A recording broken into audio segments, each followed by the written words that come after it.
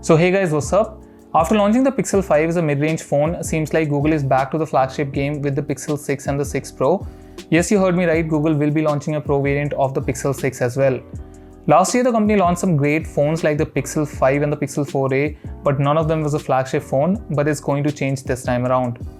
So we have the very first renders of the Pixel 6 and the 6 Pro courtesy of John Prosser, and right off the bat these phones look very different compared to the previous Pixel devices, and these are said to be based on real life images of the two phones, so it's possible that this is the final design. In fact, even Max Weinbach has confirmed that these are the actual designs, however the colors might be a bit off. Talking about the front, we have a center punch hole camera with an in-screen fingerprint sensor. What's interesting is that the bezels are quite slim on all four sides, giving it a high screen to body ratio as well as a premium design. The Pro variant also features a similar front design, it's just a bit larger compared to the Pixel 6.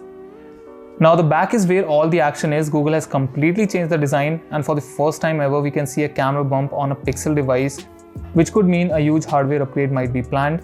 And according to rumors, Google might use a Samsung sensor for the Pixel 6 and the 6 Pro like the ISOCELL GN2. The Pixel 6 still gets a dual camera setup, but the 6 Pro gets a triple camera setup at the back, which may mean that Google might finally give it a telephoto camera. There is a dual tone finish on the back with both the portions having a different color separated by the camera bump. Now the specs haven't been leaked yet, but we are expecting these to be powered by Google's own SoC. Rumors about which are that Google is working on it with help from Samsung, and it will be made on Samsung's 5nm manufacturing process. It won't be an outright flagship chip by 2021 standards, but more in line with the Snapdragon 870, and I think that is powerful enough. With Google making their own SoC, they will have complete control over the devices, and we can expect some next level software and hardware integration closer to Apple's iPhone. Now Google isn't just going to launch the two new phones, but they're also working on a smartwatch, and Prosser has shared some renders of that as well.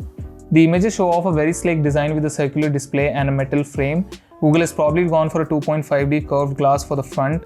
An Apple Watch-like crown sits on the right side of the watch. Rumors are that Google will use their own chip on the watch as well, bringing unity to the software and hardware. Prosser reports that Google is planning around 20 Pixel Watch bands, including the one that you are seeing on the screen right now. We can expect the watch to be launched alongside the Pixel 6 smartphones in October, with the release following shortly after. Also in the news, it seems like Samsung isn't just helping Google with hardware but software as well, as the company has started contributing to the development of Fuchsia OS, which may very well be the future of Android. If you don't know, Android was first made to be used on cameras, but Google took over the OS, and we all know what happened next. Google is building this new OS from the ground up, and in the future it may surpass Android in terms of updates, security and other things, and might replace Android. So that's it for this video. Pretty exciting things lined up from Google. With the Pixel 6 and the 6 Pro getting better hardware, we can expect them to compete with the iPhone 13 and the S22 series, and might very well become the best camera phones once again. Do tell me in the comment section your opinion about the same. Subscribe to the channel and smash the like button. I'll see you all in the next one. Till then, bye bye and stay safe.